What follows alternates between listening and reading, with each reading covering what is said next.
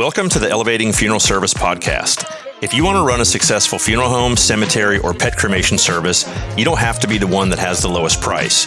You do need to be the one that offers the most value, provides the best customer experience, and clearly communicates that in your marketing. On this weekly podcast, Ellery and Welton will show easy ways to demonstrate value to families and create differentiation that helps you stand out from the competition.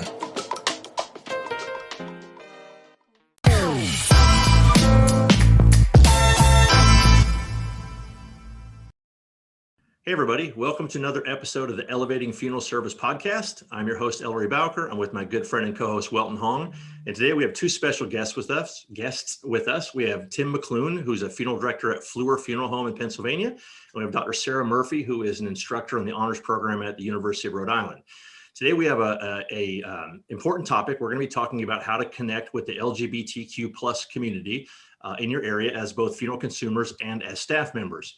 So we appreciate our listeners, obviously, and we had one of them, Tim, reach out to us and explain to us that he and Dr. Sara Murphy had presented on this program at NFDA. And after talking with him and kind of finding out what the topic was about, what they taught on, the way that it was received, it just felt like it was something that Welton and I could bring to our audience that we thought was important.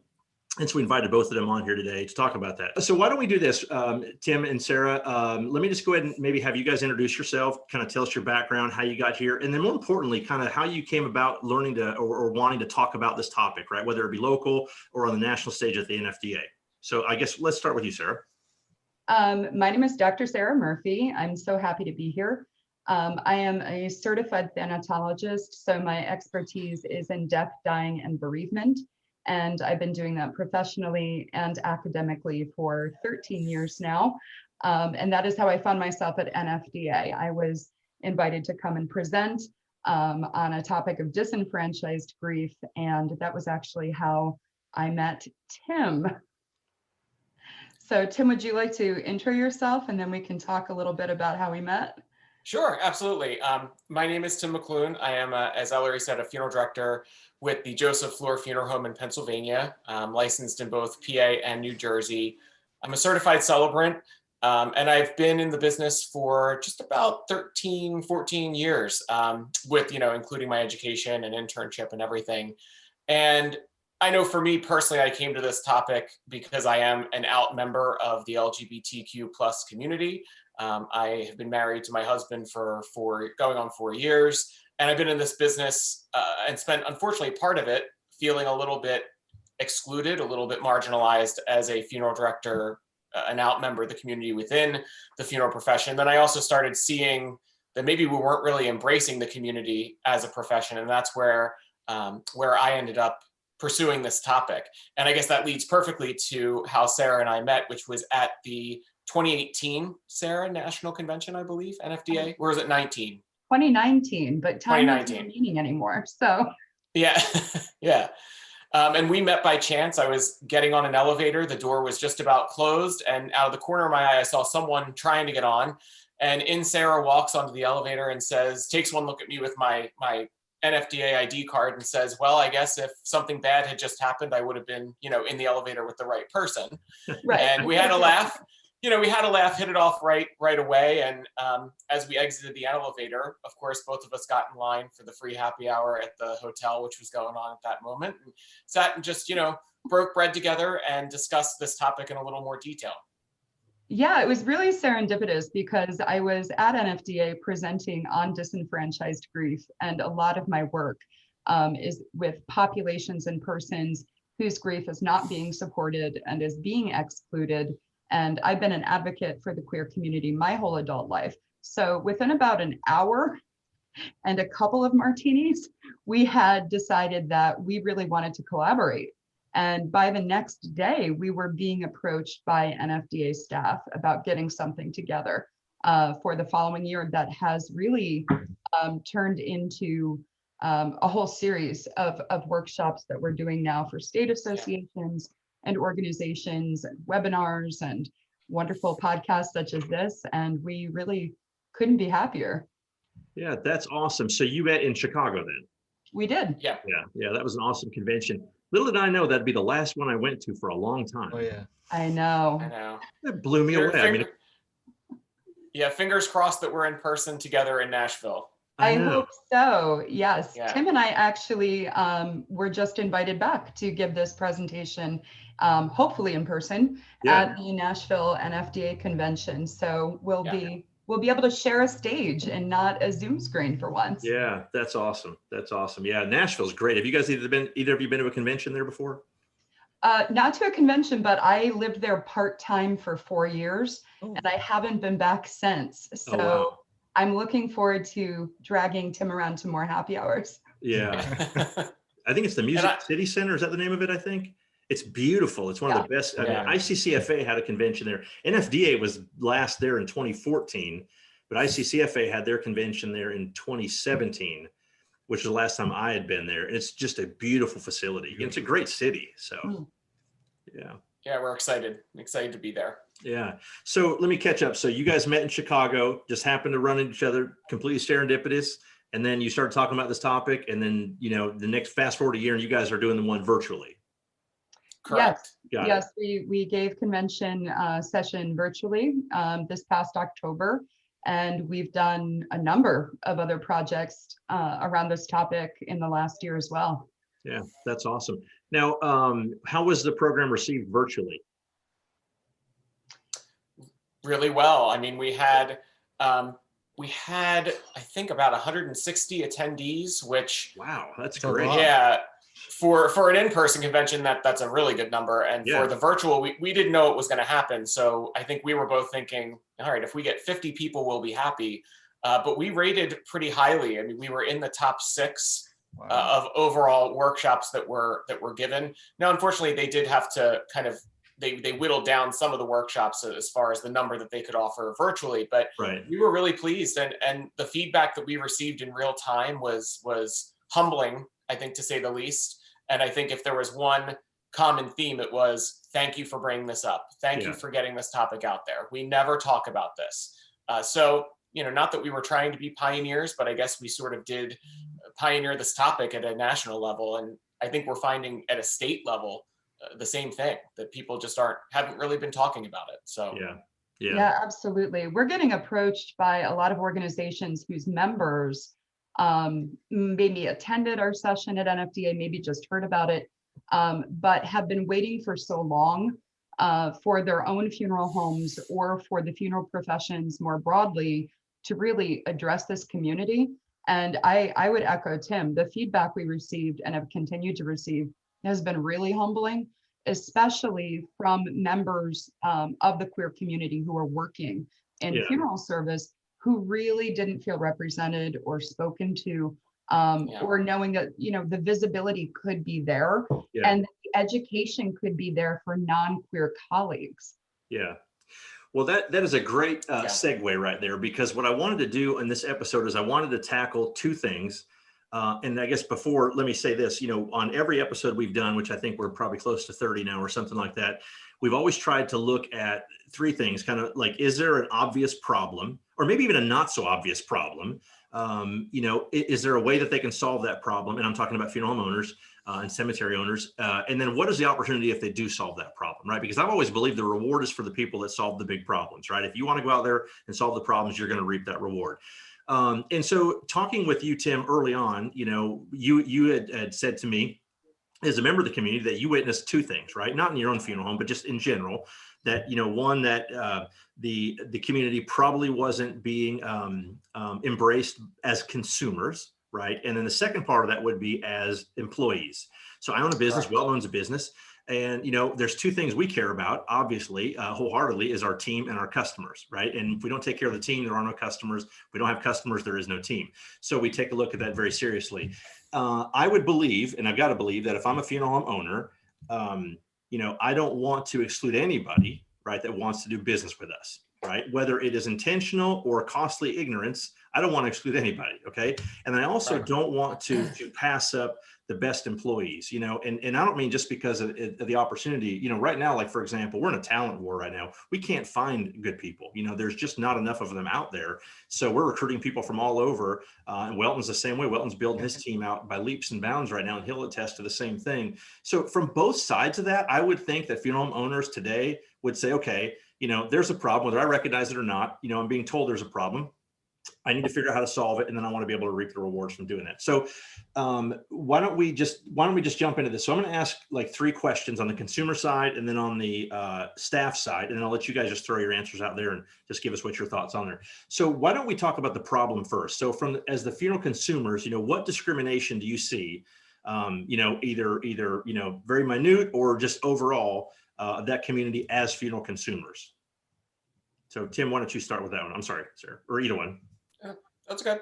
Well, no, I think what I was noticing in my experience, and I've worked several different places, and I'm in a metropolitan area, so it's not to say that it's a generally un-LGBTQ friendly area, but it just seems like it's a consumer or a part of the market that we just don't think about.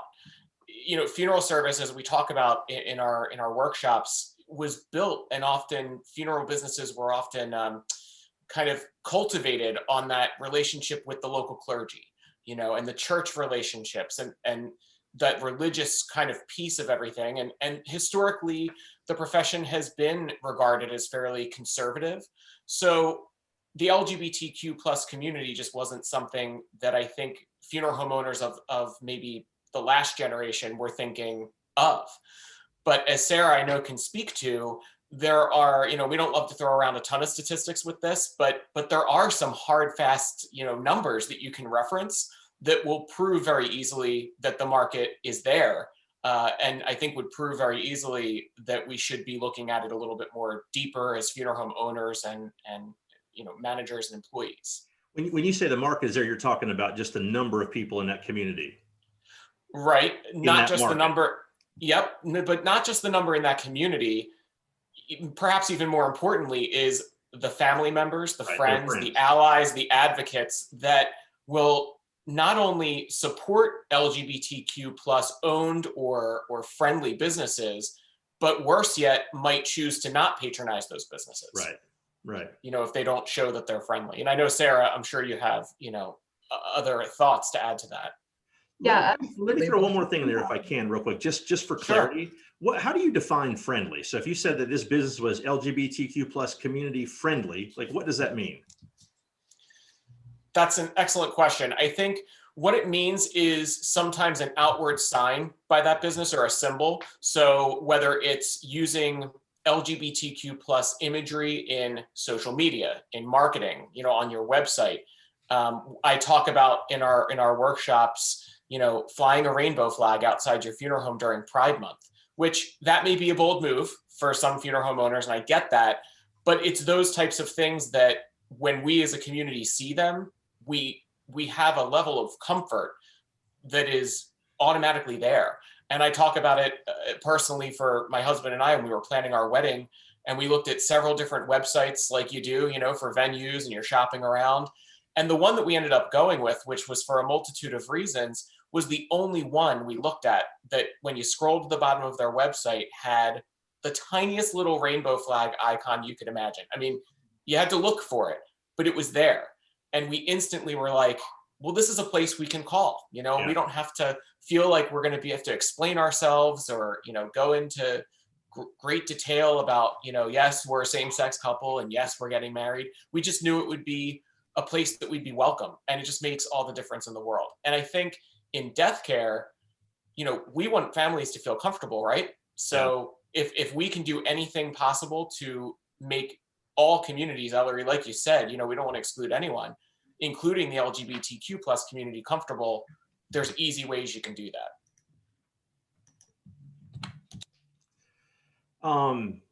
So let me ask you this then. What can funeral homes do other than, putting like the rainbow icon on there, the flag, which I imagine is somebody that, is looking, that would have been like huge for you, right? So you could see that and like immediately, that's someplace that we would feel welcome. So I get that. Well, other than that, what can funeral homes do to kind of be more welcoming and inclusive other than just maybe just like that, that symbol? Well, I was going to kind of defer to Sarah on this one, only because I know that she is more experienced in something we call safe zone training. And I know that that pertains maybe more to the employee side, but Sara, can you speak a little bit to that as far as how it could help with, from a business standpoint, being more welcoming and affirming of the community? Yeah, absolutely. Thanks, Tim. I mean, to jump back for just a second to your mention of statistics, one of the things that we found in our workshops, and this is actually a callback to something you mentioned, Ellery, of costly ignorance, is that there's this systemic idea that queer persons only live in certain areas of the country or only work in certain professions, and sort of to remind people, as Tim said, that we're not looking just at the 4 to 6% of Americans who are out as queer, or even the 8 to 12% of Americans who probably are identifying privately as queer. We are looking at bigger systems, their family systems, their chosen family systems, their allies, and that number gets bigger and bigger and bigger. And something I think that's important to underscore here is that, like many disenfranchised populations, that word of mouth of what business is friendly and what business is hostile cannot be undervalued or overemphasized. Because any of us, even who are advocates for the queer community, immediately know, where are we not eating, where are we not shopping, because they don't treat their queer employees well, or because I heard a story about how someone was treated there because of their gender identity or their sexual identity. So when we're looking to tackle the problem, a lot of it does go back to costly ignorance, and often innocuous ignorance, not like willful hate, but just a lack of understanding of things like the complexity and diversity of the community itself, and really understanding things like the importance of language, the importance of communication skills, and the mitigation of what I work on, which is disenfranchised grief. So education has to be a big part of combating that ignorance, in addition to then giving those signals, like flying a pride flag during Pride Month, like certainly utilizing social media. I can't overemphasize it in terms of how the queer community and allies will share and jump on that, and knowing, okay, I'm seen by this company. I'm not invisible to this company. So I run and facilitate something called safe zone trainings. And those are usually 3 to 4 hour workshops as part of the National Safe Zone Project, which is a nonprofit and fantastic. I might be just as apt to be doing trainings for nurses or police officers as I would for funeral directors. And of course, educational programs like the ones that Tim and I offer can be really helpful in beginning to really understand this community, because I think there's a lot of integrity in having that education piece before just saying, yes, we welcome everyone, we welcome queer people. They need to be happening hand in hand. So that messaging is important. And whether it's happening through social media, something else that Tim and I often suggest is that the best place to get education is from activists in the queer community. So partnering up with organizations like HRC, the Human Rights Campaign, or PFLAG, Parents and Friends and Family of Lesbians and Gays. These are organizations that have activities and that have sporting events and intramural leagues, and of course, pride festivals and parades. And to have a booth for your funeral home or a sponsorship by your funeral home for an organization that is fighting for the rights of queer people would send a powerful message to the community, while allowing people who are cisgender and straight, who don't have a lot of queer people in their life to learn from, to learn from this community about what they need and what kind of support they're expecting when they're grieving. Yeah, super interesting. Well, yeah, I do. Like before this podcast, I just went on Google. Like for example, if I type in LGBTQ plus funeral homes, it doesn't mean you can have pages within your website, right? And I see one out in Greenwich called Greenwich Village Funeral Home. Their website came up right at the top. And the title tag is what's being displayed on Google. It says LGBT gay friendly funeral home, right? So you don't need, me personally, I think if you're uncomfortable in having the homepage be all about this topic, but at least within your website under services, you can definitely have a separate page within your website, kind of messaging that you're friendly with the community.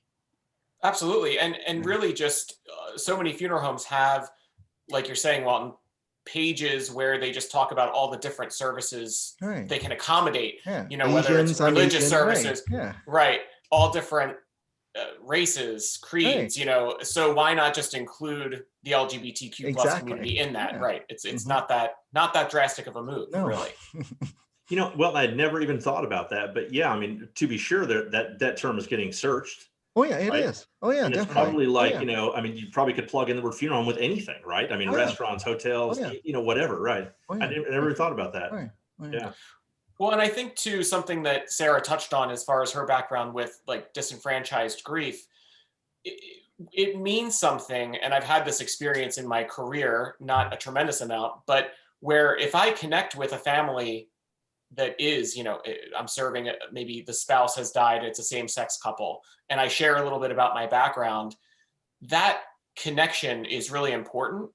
The ability to know that, okay, this person I'm sitting down with kind of understands what it's like. They understand my grief. They understand and validate the relationship that I had with my husband or my wife, et cetera. And I think it's important too, and we'll probably get to talking a little bit more about this as far as internally what we can do, but you know, showcasing those employees as well, you know, to some degree. I mean, I say showcase, but I mean just why not embrace and be able to show that you have members of your staff that are also part of the community, can go far in serving your consumers as well.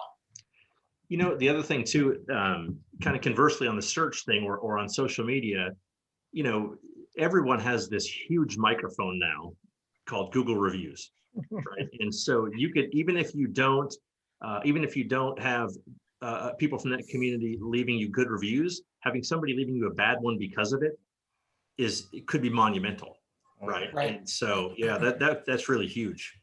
Yeah. Well, so let's kind of flip over then to the staff side.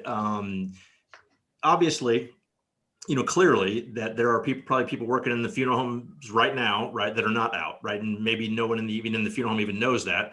But if the funeral home is not presenting itself as being friendly, right, or welcoming or safe or anything like that, they're probably not going to, you know. So I think on the funeral home side, and Welton can ask you a couple of questions on this, but I would think about, you know, like, you know, the staff I have now, but then also too, the people I'm trying to recruit, right? Like, I mean, it is a buyer's market right now, right? I mean, the people that, you know, no longer do we live in a world where there's a manager carrying a clipboard and you get a 15-minute bathroom break, right? I mean, this is all about, you know, contractual talent, right? If I want you, Tim, to come work at my funeral home, right, I need to make it a place you want to work, right? Because you have your choice as a licensed funeral director in PA, New Jersey, you can go anywhere, right? You can go to a lot of different places. So I'm going to have a harder time finding a person like you than you are finding a funeral home. So to me, I'm going to want to make sure that my funeral home is welcoming to you as that. So, well, I'm going to let you kind of ask a couple questions on that. Yeah, I'm just curious a little bit. For example, how can funeral homes become more welcoming and inclusive for employees of the LGBTQ community plus community? Sarah, you want me to take that? Yeah, you can start, sure. Okay. So some of the things we talk about as far as tools, and I think it really, it goes both ways as far as some of the things you can do and how it relates to consumers and back to your employees. Because again, being part of a local organization like Sarah mentioned, that's great for your consumers, so they see you out and getting exposure in that community. But for the LGBTQ plus employee or prospective employee that may not feel comfortable maybe coming out or in an interview setting, maybe sharing a little bit about their personal life, they see that and it again speaks volumes. It goes back to that little rainbow flag that we saw when we were looking for wedding venues. It just goes a long way. But I think too, from just the standpoint of putting together, you know, having an employee handbook, which we should all have anyway, and including in there, you know, part of the policies that are inclusive of protections for the LGBTQ plus community, protections from any kind of hostility or discrimination, and having that written, into the handbook that you're handing out to all of your employees on their first day.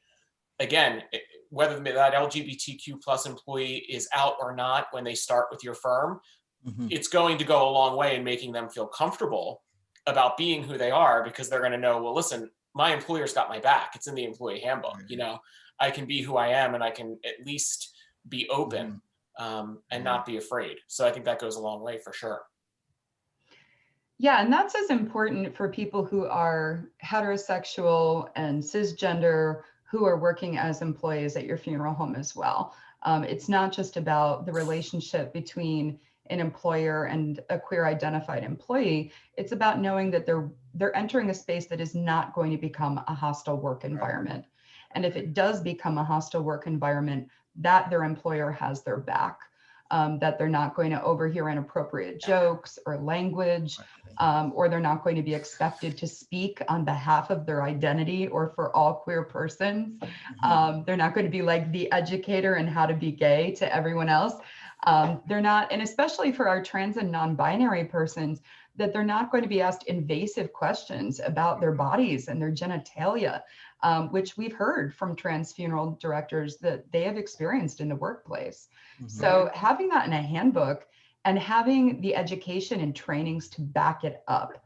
I am not a funeral director, but I am well aware that they sit through staff meetings, trainings, workshops on all kinds of topics. So having a training, even a 1-hour training in we don't discriminate here, including against queer persons, and that includes our clients, but that includes all of you. And these are the steps we're going to take to make sure that doesn't happen. And these are the consequences if it does happen. That's really, really important to everyone. Yeah, and another thing that ties into this that Sarah and I have discussed both in the NFDA workshop and also on the state level, as far as researching some of the regulations that exist with especially death recording and reporting. So, when Pennsylvania, I can use as an example that when I file a death certificate, there is no box to check for as far as whether somebody identifies as trans, or perhaps noting the gender that they identify with versus the gender they were assigned at birth, which is a whole topic that we could, do 3 podcasts on if you're interested. But, the point being that even just advocating for those things within the profession at large can also go a long way with showing your LGBTQ plus staff members that, again, you've got their back. You understand that there's a need for better representation, not only in your funeral home day-to-day operations, but maybe advocating for your state and saying, well, why aren't we doing more to serve the community when we're immortalizing this individual on paper and we can't even note that they really identified as a man, even though they were assigned a female gender at birth. Right. Yeah, and we both know some pretty tragic stories of incidences in which that played out really horribly for a surviving spouse and surviving families. And when we think about legal rights, the other piece of that I think about is rights of unmarried partners too. Making sure that, we have this sort of cultural ideology now that because same-sex marriage is legal, that every partnership, gay or straight, ends in marriage. And we know that unmarried same-sex partners are far more likely to be discriminated against in terms of making decisions about disposition of the body, et cetera, than heterosexual unmarried partners do too. So fighting for these little things is really important. I saw firsthand, and I'm not going to name the funeral home here because it's a very large one, but I saw firsthand an incident here at a firm in North Carolina where it was a military member who died. And forgive me if I say this the wrong way. It was he was born a man. It was a trans woman. Am I saying that right? Trans woman. Okay. All right. So she died, and her husband wanted to have her buried as she lived, right? And the parents of this, person, right? They remember the soldier, right? And they were very conservative, and they did, anyway, long story short, it was a mess. I mean, it was a legal battle. It was on the news, and it was awful in all respects, because at the end of the day, somebody lost somebody, right? And that there is now lost. right? And all of this other stuff that kind of spidered off from that, and I remember that this is 10 years ago, maybe even longer than that, but I remember that to this day, how much that was. And then of course we all know on the employee side, the story Amy Stevens in Michigan, and that whole thing that went to the Supreme Court, which that would be something interesting if I heard people talk about that at NFDA, right? If there was a subject like, here's a case study, right? Like, here is probably the wrong way to handle this, and here are the consequences if it does. So to me, I think, and we could probably kind of wrap it up on this, let's say funeral homes, let's say I own a funeral home, and I know this is an important topic, but I'm uncomfortable with it. I'm uncomfortable. Maybe I don't know what the right things to say are, but I'm good and well-intentioned. How can a funeral home go figure all that out? Do you know what I mean? Like, like, I've got a good heart, right? I want to do the right thing, but I don't know all the right things to say, right? And acronyms and everything else. I'm not making light of it. I'm just saying, for real, like, how do I go get educated on that? You mentioned social media. You mentioned, finding people in that community. But like, if I'm a business owner, part of what I do as a business owner is I find other resources around me, mentors, different things in the accounting and legal and funeral and everything else. Where can a funeral home owner go, like, professionally, which is why I think you should continue doing what you're doing, Tim. Where now can a funeral home owner go to say, okay, look, I want to take my staff and I want to go take this course in this, right? Or I want to go get educated on this, not just at NFDA for a 1-hour breakout session. Well, they can call us for one. Sure. We also do one-on-one consulting for funeral homes. And they can absolutely go to organizations like the Human Rights Campaign. There are local chapters in every state, sometimes many chapters in a state, with staff who are more than happy to sit down with business owners and teach them the language and teach them the identities. We do that as well, with focus then more expansively on issues that are exclusive to the funeral profession and to grievers.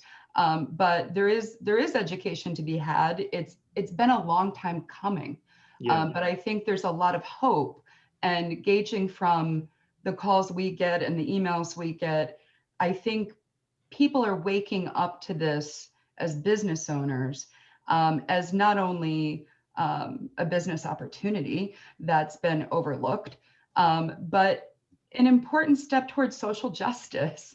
And I think most of us want to do well by doing good. Absolutely. Yeah, I think you're right. And this is not the same, but it's somewhat analogous to a lot of the other movements that you see. Even like the green movement, right, or being environmentally friendly. I mean, could you imagine being a funeral home now that you had litter? You know what I mean? Like, there's just certain things, like, you don't want to be viewed as being the person that does that.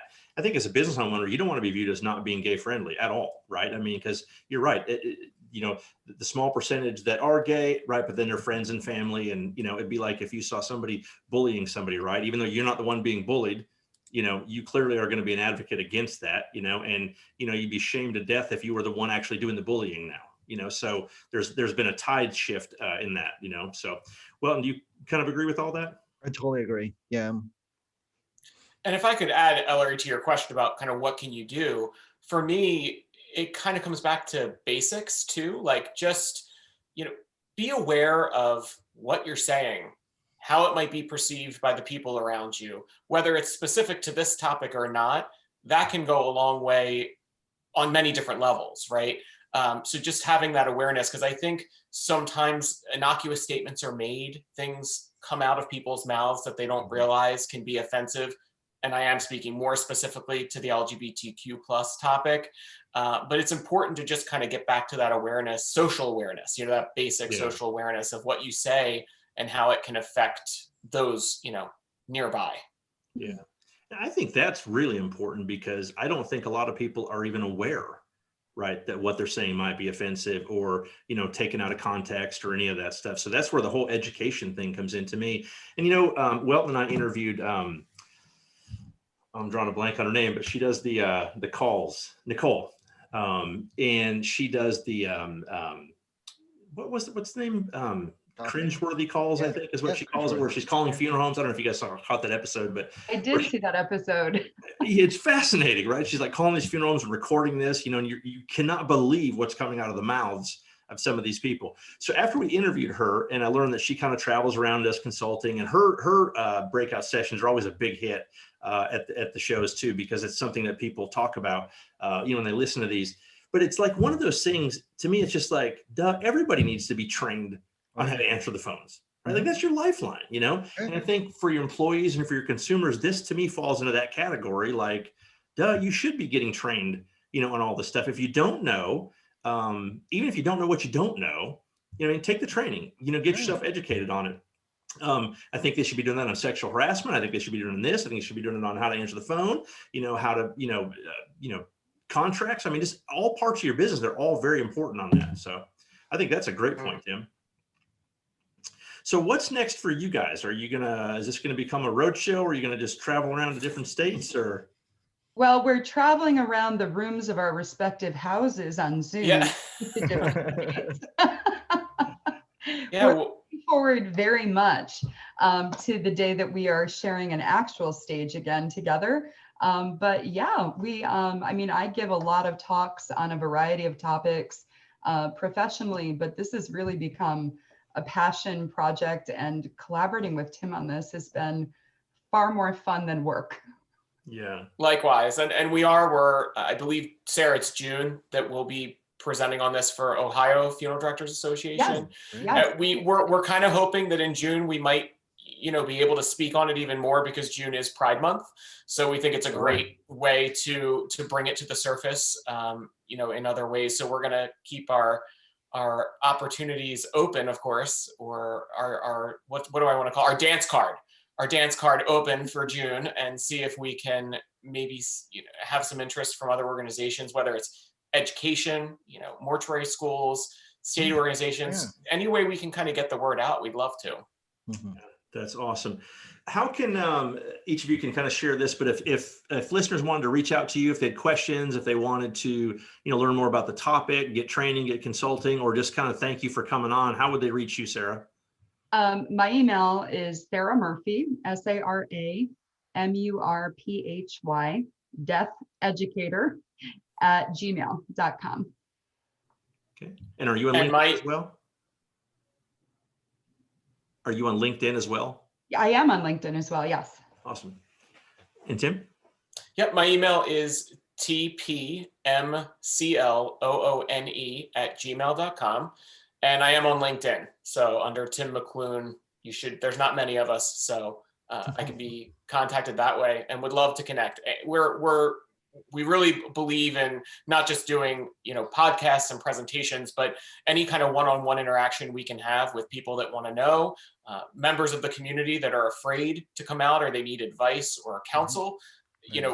We love the opportunity to just chat with anyone on the topic and hopefully make an impact and help a little bit. That's awesome. That's really awesome. Well, thank you guys for listening. We appreciate it. Tim and Sarah, thank you guys for joining us. We encourage you to reach out to Tim and Sarah if you have any questions or you need assistance. As always, if you found value in this podcast, well, I would appreciate it if you would leave us a review on iTunes or Spotify or wherever you listen. That helps others find out about the podcast. So again, Sarah, Tim, thank you guys for coming on. We certainly appreciate it. Thanks for having us.